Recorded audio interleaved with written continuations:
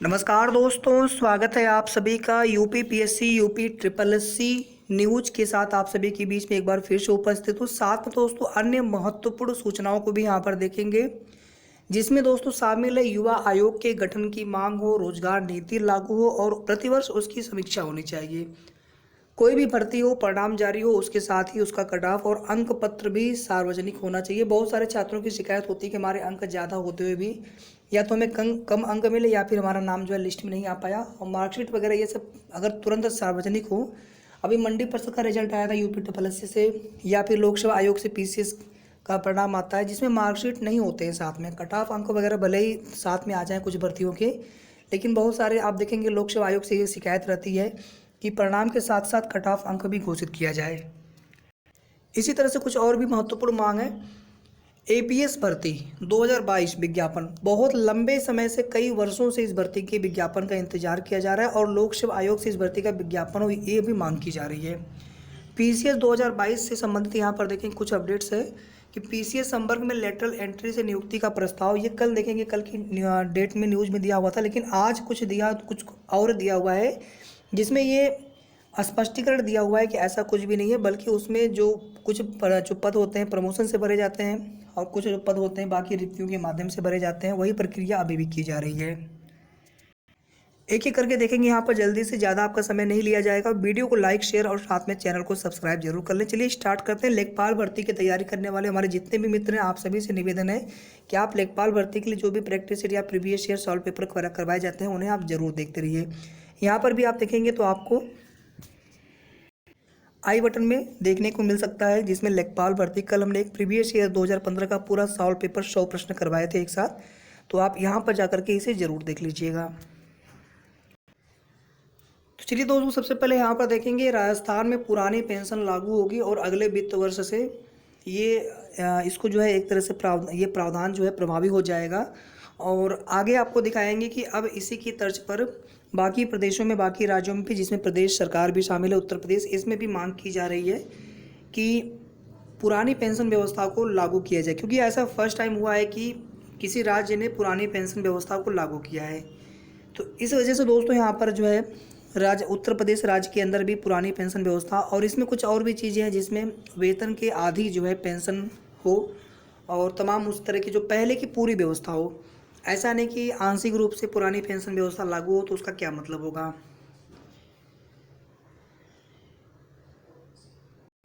2004 से केंद्र में और 2005 से राज्यों में ये व्यवस्था लागू हो गई थी एनपीएस वाली, लेकिन अब एक बार फिर से जो है 2004 से या उसके बाद से जितने भी नियुक्तियां हुई, जितने भी कर्मचारी हैं, सभी को पुरानी पेंशन व्यवस्था देने, बहाल करने की मांग की जा रही है।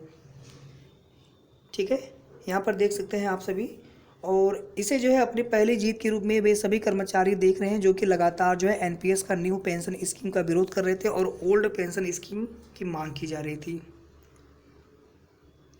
पीसीएस संवर्ग में लेटरल एंट्री से नियुक्ति का प्रस्ताव नहीं। शासन का कहना है कि पीसीएस संवर्ग में अन्य विभागों से सेवा स्थानांतरण व लेटरल एंट्री के माध्यम से पेशेवरों की नियुक्ति का कोई प्रस्ताव विचाराधीन नहीं है। नियुक्ति विभाग के विशेष सचिव मदन सिंह ने बुधवार को स्पष्ट किया कि उत्तर प्रदेश सिविल सेवा कार्यकारी शाखा के अधिकारियों की नियुक्ति उत्तर प्रदेश लोक सेवा आयोग प्रयागराज के माध्यम से 50% सीधी भर्ती व 50% पदोन्नति द्वारा की जाती है। पीसीएस संवर्ग में सृजित कुल पदों के सापेक्ष रिक्तियों की संख्या तय करते हुए सीधी भर्ती व प्रोन्नति के माध्यम से भर्ती के लिए हर साल यूपीपीएससी को प्रस्ताव भेजा जाता है। इसके बाद यूपीपीएससी द्वारा रिक्त पदों तैनाती के लिए की गई संस्तुति के क्रम में नियुक्ति प्रोन्नति की कार्रवाई की जाती है। विशेष सचिव ने बताया कि इसी के अनुसार चयन वर्ष 2021-22 में डिप्टी कलेक्टर के पद पर सीधी भर्ती के माध्यम से 39 रिक्तियों के लिए चयन व प्रोन्नति के जरिए 73 रिक्तियों का प्रस्ताव 22 फरवरी को यूपीपीएससी को भेजा जा चुका है। पीसीएस संवर्ग से आईएएस संवर्ग में पदोन्नति के लिए प्रोन्नति कोटे के तहत 23 रिक्तियों को अधिसूचित करने का प्रस्ताव कार्मिक एवं प्रशिक्षण विभाग भारत सरकार को भेजा जा चुका है। यानी ये भी रिक्तियाँ खाली होंगी जो कि आने वाली भर्ती के लिए शामिल होंगी। बीते कुछ वर्षों में पूर्व सीधी भर्ती के क्रम में अधिकारी चयनित होने के कारण पीसीएस संवर्ग के उच्च वेतनमान के पद वर्तमान में रिक्त हैं। इन पदों पर विभिन्न विभागों में पीसीएस संवर्ग के लिए सृजित पदों पर तैनाती के लिए पीसीएस संवर्ग के अधिकारी उपलब्ध होने तक विभागीय अधिकारियों को तैनात किए जाने के विकल्प पर विचार किया जा रहा है। प्रतियोगियों ने कहा, युवा आयोग का हो गठन। प्रतियोगी छात्रों ने विधानसभा चुनाव से पहले सभी दलों के समक्ष रखा एक साझा मांग पत्र।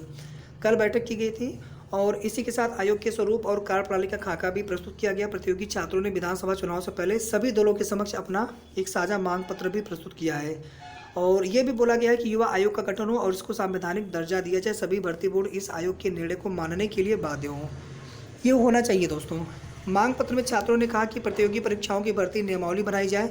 सभी भर्ती बोर्ड का विज्ञापन जारी होने के दिन से 1 वर्ष के अंदर परीक्षा परिणाम घोषित करें। पेपर लीक प्रकरण में संबंधित जिलाधिकारी व पुलिस अधीक्षक पर कार्रवाई हो। सभी भर्ती बोर्ड टॉप 10 अभ्यर्थियों की कापियों को सार्वजनिक करें। किसी भी भर्ती बोर्ड का परीक्षा परिणाम आने के दिन ही प्रत्येक चरणों के कट ऑफ अंक व अंक पत्र भी सार्वजनिक कर दिए जाए। मांग पत्र के अन्य प्रमुख बिंदु देखेंगे। कोचिंग संस्थानों की फीस की समीक्षा हो। 25% निर्धन छात्रों को निःशुल्क पढ़ाई कोचिंग से कराई जाए। रूम रेंट कंट्रोल एक्ट लाया जाए। बेरोजगारों की संख्या सार्वजनिक हो। रोजगार नीति लागू हो। प्रतिभा से रोजगार नीति की समीक्षा की जाए। बेरोजगार स्नातक प्रस्नातक डॉक्टरेट के लिए न्यूनतम मानदेय तय किया जाए। किसी भी भर्ती का आधार मात्र साक्षात्कार के अंक को न माना जाए। भर्ती साक्षात्कार के दौरान आयोग के प्रशासनिक भवन के सभी फोन अक्रियाशील करने, मोबाइल फोन निष्क्रिय करने, जैमर वगैरह लगाए जाए। आयोग की सीबीआई जांच के लिए समिति गठित हो वह समिति को समयबद्ध रिपोर्ट प्रस्तुत करने की बाध्यता हो। वहीं पर देखेंगे पीएम को भी पत्र लिखा गया जिसमें एक परीक्षा हुई थी यूपी टेट की और पीएनबी की तरफ से जो जांचने का जिम्मा दिया गया था वो ऐसे एजेंसी को जिसका मालिक फरार चल रहा है, यानी बड़े फर्जीवाड़ा की तरफ ऑलरेडी इसमें देखेंगे प्रश्न रिपीट का मामला है और पहले भी एक बार पेपर जो है रद्द हो चुका है इसमें। इसके बाद देखिए लोकसेवा आयोग से एक भर्ती है स्टाफ नर्स पुरुष प्रारंभिक परीक्षा 2017 पुनर्विज्ञापन 2022 में आया था। आवेदन करने वाले लगभग 250 अभ्यर्थियों ने फोटो और हस्ताक्षर में त्रुटि की है, तो इनको एक मौका दिया गया है। जो भी संबंधित अभ्यर्थी हो आप जरूर इसको सही कर लीजिएगा। फिर देखिए यहाँ पर आयोग अध्यक्ष को ज्ञापन देंगे। एपीएस भर्ती के अभ्यर्थी 25 फरवरी को मिलने का समय मांगा गया है। अपर निजी सचिव भर्ती और ये भर्ती जो प्रक्रिया है बहुत लंबे समय से इसके विज्ञापन का वेट किया जा रहा है पिछले 9 साल से और 25 तारीख को यहाँ पर ज्ञापन दिया जाएगा अपर निजी सचिव भर्ती 2022 के विज्ञापन जारी करने की मांग को लेकर के। और यहाँ तक देखेंगे कई अभ्यर्थियों की आयु सीमा भी यहाँ पर इसी भर्ती के इंतजार में लगभग समाप्त सी हो गई है, या ऐसे समझ सकते हैं कि कुछ छूट के साथ, चूँकि देखेंगे नई सरकार के गठन के बाद बहुत कुछ परिवर्तन भी देखने को मिल सकते हैं। इस वजह से दोस्तों मैंने यहाँ पर ये चीज़ बोली है। प्रधानाचार्य भर्ती ये देख लीजिएगा आप अगर आपके काम की चीज़ हो, ठीक है। ये देखिए वापस से वही है। प्रतियोगी छात्रों ने जारी किया साझा मांग पत्र।